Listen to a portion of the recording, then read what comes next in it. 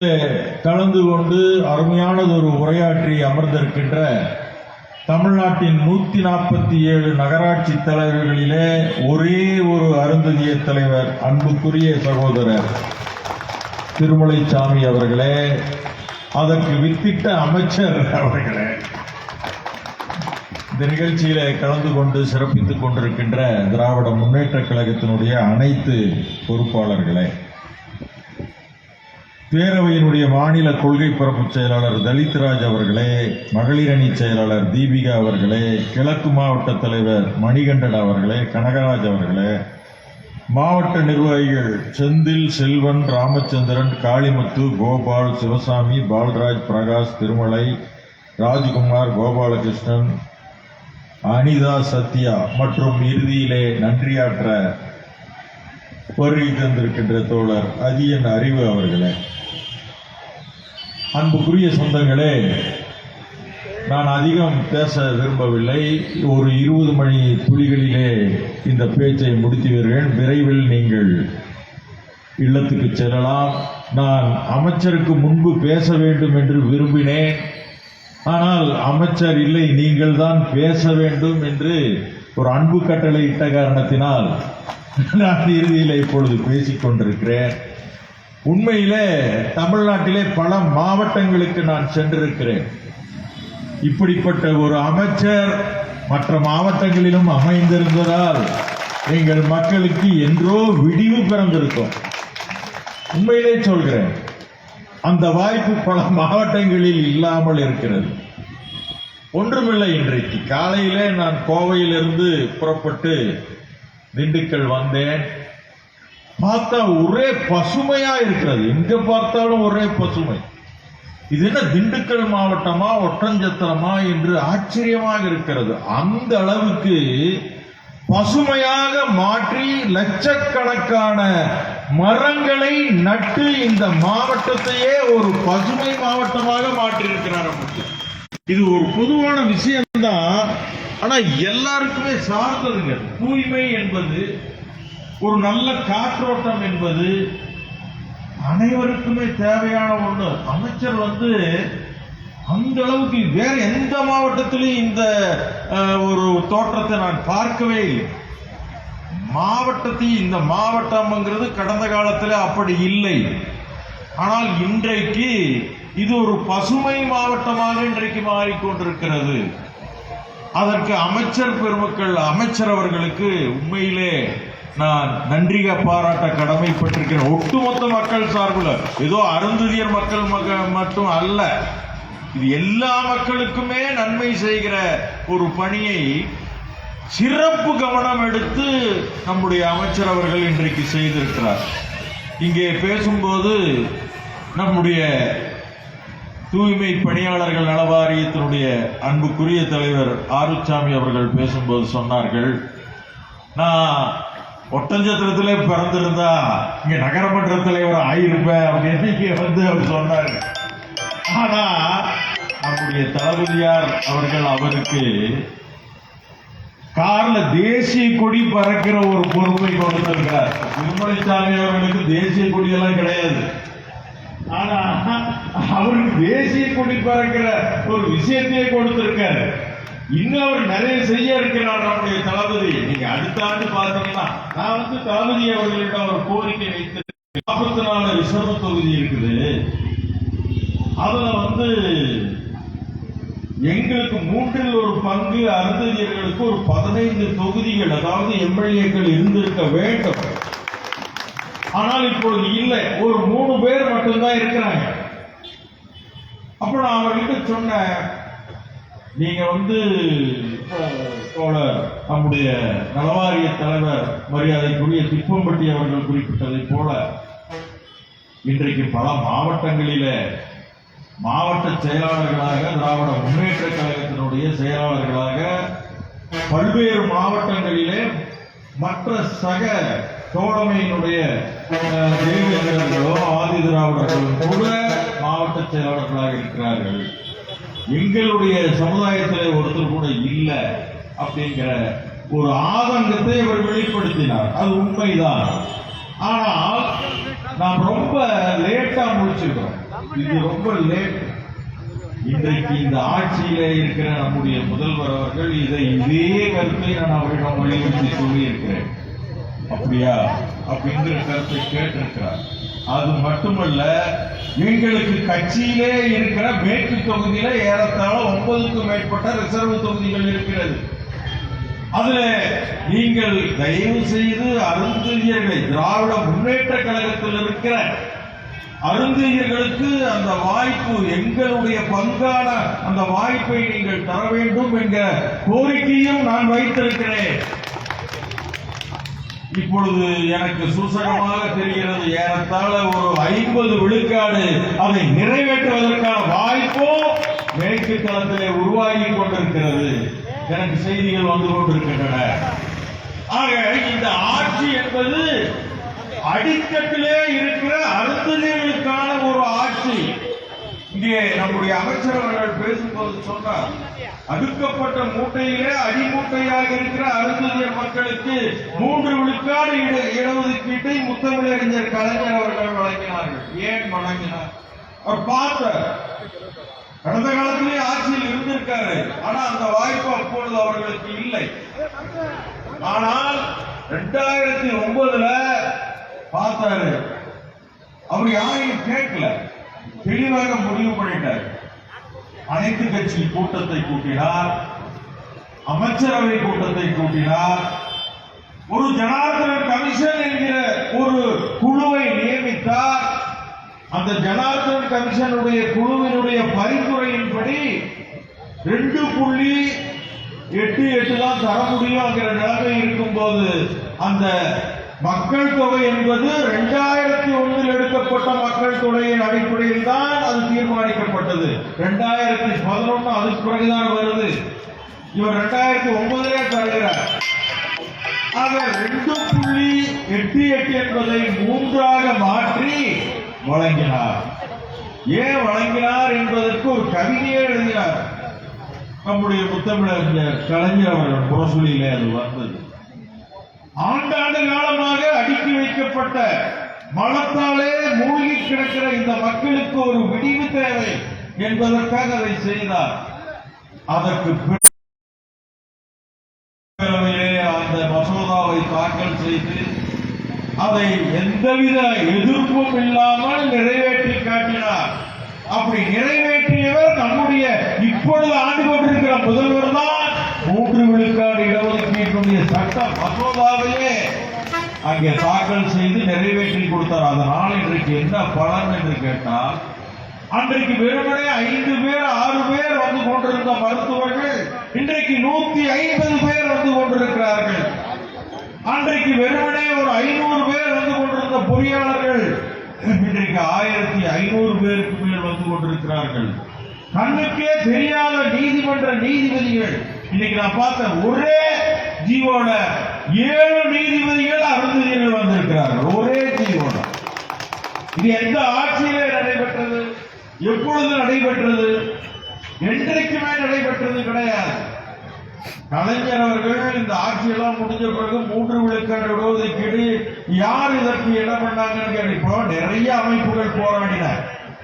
ஆதித்தமிழர் பேரவை அதில் அதிகபட்சமாக அதன் இந்த கருத்தை மக்கள் மத்தியில கொண்டு சென்றது.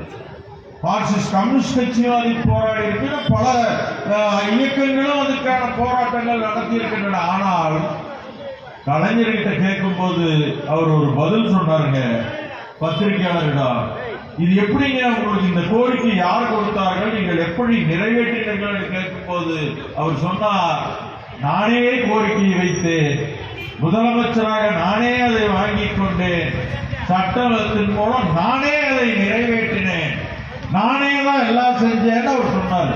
எங்களுக்கெல்லாம் ரொம்ப ஆச்சரியமா போச்சு, என்ன இவர் இப்படி சொல்றாரு அப்படின்னு பார்த்தா அப்பதான் புரிந்தது, இந்த அடுக்கப்பட்ட ஒடுக்கப்பட்ட இந்த மக்களுக்கும் இப்படி ஒரு இடஒதுக்கீடை கொடுப்பதற்கு சில எதிர்ப்புகள் அன்றைக்கு இருந்தன. அந்த தலைமைச் செயலகத்தில் இருக்கிற பல அதிகாரிகள் எதிர்த்தார்கள், ஒரு சில தலைவர்கள் எதிர்த்தார்கள். அதை எல்லாம் தூக்கி எறிந்துவிட்டு இந்த ஒரு 3 விழுக்காடு இடஒதுக்கீடு இந்த அருந்ததியர் மக்களுக்கு தருவது என்பது எவ்வளவு பெரிய விஷயம்னு தெரிஞ்சிட்டு அதுக்கு நானே தான் காரணம் என்று அன்றைக்கே தன்னை முதன்மைப்படுத்திக் கொண்டவர் முத்தமிழறிஞர் கலைஞர் அவர்கள். மறந்துவிடக் கூடாது. ஆக முத்தமிழறிஞர் கலைஞருடைய அந்த திராவிட அரசியல் மாடல் அரசு இன்றைக்கு தொடர்ந்து கொண்டிருக்கிறது. இந்த நிகழ்ச்சி என்பது நம்முடைய முதல்வர் அவர்களுக்கு, மாவீரன் பொல்லான் அவர்களுக்கு இங்கே ஈரோட்டிலே ஒரு மணிமண்டபம் அமைப்பதற்காக நாம் இந்த பொதுக்கூட்டத்தை பாராட்டு விழா பொதுக்கூட்டமாக நடத்தி கொண்டு. ஏன் பாராட்டு விழா? என்னங்க, ஒரு மணிமண்டபம் கட்டிட்டாரு, ஒரு சிலையை வச்சுட்டாரு, இதுக்கு ஒரு பாராட்டா? அவர்தான் நிறைய கட்டியிருக்கிறாரு தமிழ்நாட்டில். இதுக்கு இதெல்லாம் ஒரு பெரிய விஷயமா என்று கேட்கலாம். ஆனால் இதுல ஒரு விஷயம் இருக்கிறது. என்ன விஷயம் என்று சொன்னால், தமிழ்நாட்டில் எந்த ஒரு மணிமண்டபமும் 10 கோடிக்கு மேல் செலவு பண்ணி கட்டியதே கிடையாது. இதுதான் முதல் மணிமண்டபம். இது நம்பர் 1. நம்பர் 2, அந்த மணிமண்டபத்தில் ஒரு சிலை வைக்கப்பட்டிருக்கிறது, பொல்லானுடைய சிலை. அது வெறுமனே வைக்கப்படவில்லை. ஒரு 10 அடி பீடத்தின் மேலே பீடம், அதற்கு மேலே குதிரை, குதிரைக்கு மேலே பொல்லான். இன்னைக்கு நினைத்து பார்க்க வேண்டும், தமிழ்நாட்டில் எந்த ஒரு தாழ்த்தப்பட்ட பட்டியலினத்தைச் சேர்ந்த தலைவருக்கும் இப்படி குதிரை பீடம் அமைத்து, பீடத்தின் மேல் குதிரை அமைத்து, குதிரைக்கு மேல் அவர் அமர்ந்திருக்கிற சிலை தமிழ்நாட்டில் வேறு எங்குமே இல்லை, இந்தியாவிலே கிடையாது. ஏன் என்று சொன்னால், இங்கே சனாதானம் அடித்து நொறுக்கப்பட்டிருக்கிறது. அதை நாம் புரிந்து கொள்ள வேண்டும். ஒரு சக்தியினுடைய சிலையை கீழே இருந்து மேலே நிமிர்ந்து பார்ப்பதா என்று கேட்கிற ஆதிக்க குணம் படைத்தவர்களும் இந்த நாட்டிலே இருக்கிறார்கள். ஆனால் இன்று வேறு வழியே இல்லை. ஆம், சக்கிரியரை நீ இப்படி அண்ணாந்துதான் பார்க்க வேண்டும், வேற வழியே கிடையாது. அங்கே மரணடி கொடுத்திருக்கிறார் சனாதானத்துக்கு நம்முடைய தளபதியார் அவர்கள். மரண அடி. இது சூச்சை யாருக்கும் தெரியாது. ஒரு சக்கிரியனுடைய சுழி இவ்வளவு உயரத்தில் வைப்பதா? எப்படி வைப்பார்கள்? வைத்த வரலாறே கிடையாது.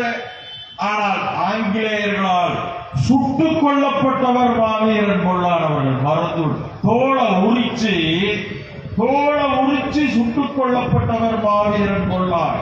வீரன் சின்னமலை உங்களுக்கு எல்லாம் தெரியும். கொங்கு வேளாளர் கவுண்டர் சமுதாயத்தைச் சேர்ந்த அந்த தீரன் பொல்லானுடைய ஒற்றற்படை தளபதியாக இருந்தவர் மாவீரன் பொல்லான் அவர்கள். அப்படி இருந்த 3 போர்களை ஆங்கிலேயரை எதிர்த்து நடத்தி இருக்கிறார். இதெல்லாம் வரலாறு. அருந்ததியருக்கான இந்த நாட்டில் இவங்க எப்படி தமிழ்நாட்டில் இருக்கிறாங்க பண்றாங்கன்னு நிறைய பேர் கேட்கிறாங்க. ஆனால் அருந்ததியருக்கான வரலாறு அங்கே சிவகங்கையில வேலு நாச்சியார் அவர்களுடைய படையிலே இருந்து ஆங்கிலேயர்களை எதிர்த்து அந்த ஆங்கில ஆயுத படைகளை எல்லாம் தன் மீது நெய்யை தடவிக்கொண்டு போய் அதில் விழுந்து எரிந்து அந்த ஆயுதங்களை எல்லாம் தூள் தூளாக மாற்றியவர் தான் வீரமங்கை குயிலி அவர்கள். குயிலி ஒரு அருந்ததிய சமுதாயத்தை சேர்ந்தவர், மறந்து விடாது. அதான் மாவீரன் பிரபாகரன் அவர்கள் அவருடைய படையிலேயே குயிலி படையை வச்சிருந்தார். குயிலி படையை அவர்தான் முதல் வச்சிருந்தார். அதற்கப்புறம் ஒண்டி வீரனுக்கு கலைஞர் ஆட்சி காலத்திலே தான் திட்டம் தீட்டப்பட்டது, கொடுக்கப்பட்டது. ஆனால் அதற்கு பிறகு வந்த எடப்பாடி பழனிசாமி அதை ஒன்றுமில்லாமல் ஆக்கிவிட்டார். அங்க போய் அந்த மண்டபத்தையும் பார்த்துட்டு இந்த பொல்லான் மண்டபத்தையும் போய் பாருங்க. பல்நோக்கு மணிமண்டபங்க. வெறும் ஒரு மணிமண்டபம் கட்டினா வருஷத்துக்கு ஒரு தடவை வந்து பார்த்துட்டு போயிடுவாங்க. ஆனால் இங்கே கட்டப்பட்டிருக்கிறது என்ன மண்டபம்? பல்நோக்கு அரங்கு. அப்படின்னா என்ன? அங்கே நாம் நம் வீட்டு நிகழ்ச்சிகளை நடத்தி கொள்ளலாம், திருமணம் நடத்தி கொள்ளலாம், காதுகுத்து நடத்தலாம், சீர் செய்யலாம், பிறந்த நாள் நடத்தலாம், எல்லாம் நடத்தலாம். யார் நடத்துவாங்க? அருந்ததிய மக்களுக்கு மிகப்பெரிய வாய்ப்பு. நீங்க அந்த மண்டபம் வெளியிலே இருக்கிற ஒரு மண்டபம் போய் நீங்க பிடிக்க வேண்டும் என்று சொன்னால் குறைந்தது 3 லட்சம் ரூபாய் தர வேண்டும். அவ்வளவு வசதிகள் நிறைந்த மண்டபம். கிச்சன் எல்லாம் பிரமாதமா பாத்திரங்கள் எல்லாம் வாங்கி வைக்கப்பட்டிருக்கிறது. எல்லாமே அங்க இருக்கு. உள்ள போய் பார்த்தீங்கன்னா எல்லாமே இருக்கிறது. பல்நோக்கு மணிமண்டபம். ஆக இப்படிப்பட்ட ஒரு மண்டபம் தமிழ்நாட்டில் எங்குமே கிடையாது. இன்னைக்கு பாராட்டு விழா நடத்துகிறோம் என்று சொன்னால் வெறுமனே பாராட்டு விழா அல்ல. இவ்வளவு, அதாவது சாதாரணமாக ஒரு முதல்வர் வந்து திறப்பு விழாக்கு வர்றாருன்னா அது ஒரு 100 கோடி 50 கோடிக்கு மேல் இருக்க வேண்டும் அந்த ப்ராஜெக்ட். ஆனால் வெறுமனே ஒரு 10 கோடி ப்ராஜெக்டுக்கு நேர்ல வந்து திறப்பு விழா செய்தால் நம்முடைய தளபதியாக. உண்மையிலே சொல்கிறேன், இந்த மக்களை உண்மையிலே மதிக்கிற ஒரு தலைவர் என்று சொன்னால் அது தளபதி மட்டும்தான், வேற யாருமே கிடையாது. அன்புக்குரிய சொந்தங்களே, ஒரே ஒரு கருத்தை சொல்லி நான் முடிக்கலாம் என்று இருக்கிறேன். வருகிற தேர்தல், இந்த தேர்தல் என்ன தேர்தல் என்பதை மட்டும் நீங்கள் புரிந்து கொள்ளுங்கள். இப்போ ஒரு காலத்துல இந்த சேர்ல உட்கார்றதுக்கு தாழ்த்தப்பட்டவர்கள் மட்டுமல்ல, பிற்படுத்தப்பட்டவர்களுக்கு உரிமை கிடையாது. அதற்கு ஆங்கிலேயன் வந்துதான் ஒரு சட்டம் போட்டான். சேர்ல உட்கார்றதுக்கு சட்டம் போட்டுதான் உட்கார வச்சார். பெண்கள் ஜாக்கெட் அணிய முடியாது. மார்புக்கு வரி போட்டார்கள். திருவாரூர் சமஸ்தானத்துல மார்பு அளவு எவ்வளவோ அதற்கு தகுந்த வரியா. இதை கொடுக்க மறுத்த ஒரு தலைவி, எனக்கு மார்பு இருந்தா தானே நீ வரி போடுவ, மார்பை அறுத்து ஒரு தட்டுல வச்சு இந்தா வச்சு கொண்டு போய் கொடுத்துட்டான். இதெல்லாம் நடந்த உண்மை. ஆக இவ்வளவு கொடுமைகள் நடந்தது. நீங்க ரோட்ல நடக்க முடியாது, வீடு கட்ட முடியாது, தங்க நகைகள் அணிய முடியாது. தங்க நகைகள் அணிய இரும்புல தான் போடணும். இவ்வளவு கொடுமைகள் இருந்த நடத்திய ஒரு ஆதிக்க சனாதானம் மிக்க ஒரு கூட்டம் தான் இன்றைக்கு RSS என்கிற பெயர்லையோ பிஜேபி என்கிற பெயர்லையோ நம்மை நசுக்க வந்து கொண்டிருக்கிறது. அதற்கும் ஜனநாயக சக்திக்கும் எதிரான போராட்டம் தான் இந்த தேர்தல். மறந்து விடாதீர்கள். இவர்களை வரவிட்டால் இதுவரைக்கும் RSSக்கும் பிஜேபிக்கும் சம்பந்தம் இல்லை என்று சொன்னார்கள். இன்னைக்கு என்ன நடந்திருக்கிறது? சென்னையிலையும் RSS தலையிட்டு நாங்கள் சொல்கிறவர்களைத்தான் நீங்கள் நிர்வாகிகளாக நியமிக்க வேண்டும் என்று நேரடியாக களத்தில் இறங்கிட்டார். நேரடியாக களத்தில் இறங்கியிருக்கிறார். RSS என்கிற ஒரு அமைப்பு இன்றைக்கு வரைக்கும் பதிவு செய்யப்படவில்லை. பதிவு செய்யாத ஒரு அமைப்புக்கு டெல்லியிலே 9 மாடியிலே நட்சத்திர விடுதியை போன்ற ஒரு அலுவலகம். இது எப்படி? அவர்களுக்கு இன்கம் டாக்ஸ் கிடையாது, கணக்கு வழக்கு கிடையாது. இந்த அரசு இத்தனையும் அனுமதித்துக் கொண்டிருக்கிறது. ஆக இப்படிப்பட்ட ஒரு RSS என்கிற அமைப்பு மீண்டும் சனாதானம் இந்த நாட்டிலே இருக்க வேண்டும். உன் குலத்தொழில் எதுவோ நீ அதைத்தான் செய்ய வேண்டும். நீ செருப்பு தைக்கிறாயா, நீ மீண்டும் செருப்பு தை. நீ வேற ஏதாவது குலத்தொழில் செய்கிறாயா, துணி துவைக்கிறாயா, நீ துணி துவை. நீ மரம் ஏறுகிறாயா, மீண்டும் நீ மரம் ஏறு. இப்படி நம்முடைய சாதிகளை பிரித்து என்னென்ன தொழிலோ அதை மீண்டும் நிலைநிறுத்துவதற்காக ஒரு கட்சி வேலை செய்கிறது. அந்த கட்சி தான் மோடி தலைமையிலே இயங்கிக் கொண்டிருக்கிற ஒரு கட்சி. அந்த கட்சி தான் இன்றைக்கு தேர்தலுக்கு நம்மை எதிர்த்து வருகிறது. ஆனால் இங்கே நீதி கட்சி தொடங்கி இன்றைக்கு திராவிட மாடல் ஆட்சி என்கிற இந்த ஆட்சியிலே தான் இன்றைக்கு தலையில் வந்து நிற்கிற ஒரு வாய்ப்பு இன்றைக்கு நமக்கு கிடைத்திருக்கிறது. இன்றைக்கு மேடையிலே உட்கார முடிகிறது, இப்படி பேச முடிகிறது, இங்கே வந்து கருத்துக்களை கேட்க முடிகிறது. இதெல்லாம் நீதி கட்சி நமக்கு கொடுத்த பரிசு. நீதி கட்சி இல்லாமல் இருந்தால் இந்த திராவிட இயக்கம் இன்றைக்கு இருந்திருக்காது. நீதி கட்சி இல்லாமல் இருந்திருந்தால் ஒரு பேரறிஞர் அண்ணா நமக்கு கிடைத்திருக்க மாட்டார். நீதி கட்சி இல்லாமல் இருந்தால் முத்தமிழறிஞர் நமக்கு கிடைத்திருக்க மாட்டார். இன்றைக்கு முத்தமிழறிஞர் மூலம் இன்றைக்கு நம்முடைய தளபதியார் அவர்கள் தமிழ்நாட்டில் இந்தியாவிலேயே முதன்மை மாநிலமாக எல்லோருக்கும் எல்லாம் என்கிற ஒரு திட்டத்தை கொண்டு வந்து எல்லா விஷயமும் அதாவது பத்திரிகை நீங்க எடுத்தால இன்னைக்கு என்ன புது திட்டம் அறிவிச்சிருக்காரு, இன்னைக்கு என்ன புது புது விஷயங்கள் வந்து கொண்டிருக்கின்றன. அத்தனை வகையிலும் இன்றைக்கு நம்முடைய மக்களுக்கு வாய்ப்பு கிடைத்திருக்கிறது. இன்னொன்றை சொல்லி முடிக்கிறேன். அவர் கொடுத்த திட்டங்களிலே காலை உணவு திட்டம் அது மிக பெரும்பான்மையான அருந்ததியர் மக்களுக்குத்தான் பயன்படுகிற ஒரு திட்டம்.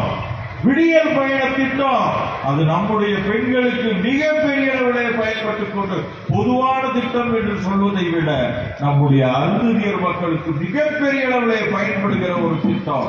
மாதந்தோறும் உரிமை தொகை அது நமக்கான திட்டம் என்பதை போலவே அந்த திட்டம் இன்றைக்கு இருந்து கொண்டிருக்கிறது. ஆக இப்படிப்பட்ட திட்டங்கள் மட்டுமல்ல, இன்னும் பல்வேறு திட்டங்களை நம்முடைய தளபதியார் அவர்களிடம் நாம் சொல்லி இருக்கிறோம். அதெல்லாம் இன்றைக்கு நடைமுறை வர இருக்கிறது. அதெல்லாம் வர வேண்டும் என்று சொன்னால் அந்த பாசிச சக்திகளை, சனாதன சக்திகளை எதிர்த்து நிற்கிற அத்துணை சக்திகளையும் எதிர்த்து நாம் நிற்க வேண்டும். ஏன் என்று சொன்னால் அருந்ததியர் மக்கள் கடந்த காலத்தில் 2016 வரைக்கும் அருந்ததியர் மக்களுடைய நிலை வேறு. 2019 நாடாளுமன்ற தேர்தலிலே திராவிட முன்னேற்ற கழகத்திற்கு ஒரு தனி சாதி, அதிகமாக வாக்களித்த சாதி எது என்று இந்து பத்திரிகை ஒரு சர்வே எடுத்தது. அந்த சர்வேல எல்லா சமுதாய மக்களையும் விட அருந்ததியர் மக்கள் தான் திராவிட முன்னேற்ற கழகத்துக்கு 68 விழுக்காடு வாக்கு வழங்கியிருக்கிறார்கள். மறந்து விடாதீர்கள். அது 2019. அதுக்கு பிறகு அதிகமாயிடுச்சு. வருகிற 26ல இங்கே நிற்கிற நம்முடைய மாண்புமிகு அமைச்சர் அவர்களை எதிர்கட்சிக்காரன் டெபாசிட் கூட கிடைக்க கூடாது. யார் நின்றாலும் அதை பற்றி கவலை இல்லை. அப்படிப்பட்ட வாக்குகளை நம்முடைய அருந்ததியர் சமுதாயம் நன்றி கடனாக கலைஞர் அவர்கள் நமக்கு செய்ததற்கு வாழ்நாள் முழுதும் நாம் கடன்பட்டிருக்கிறோம். அந்த நன்றி கடனாக நாம் அந்த நன்றி கடனை வாக்குகளாக மாற்றி இன்றைக்கு நடைபெறுகிற இந்த நல்லாட்சியை, இந்த பொற்கால ஆட்சியை அடுத்த இன்னும் 10-15 ஆண்டுகளுக்கு நீடிக்க வேண்டும் என்று உங்களையெல்லாம் விரும்பி வேண்டி கேட்டு முடிக்கிறேன். நன்றி, வணக்கம்.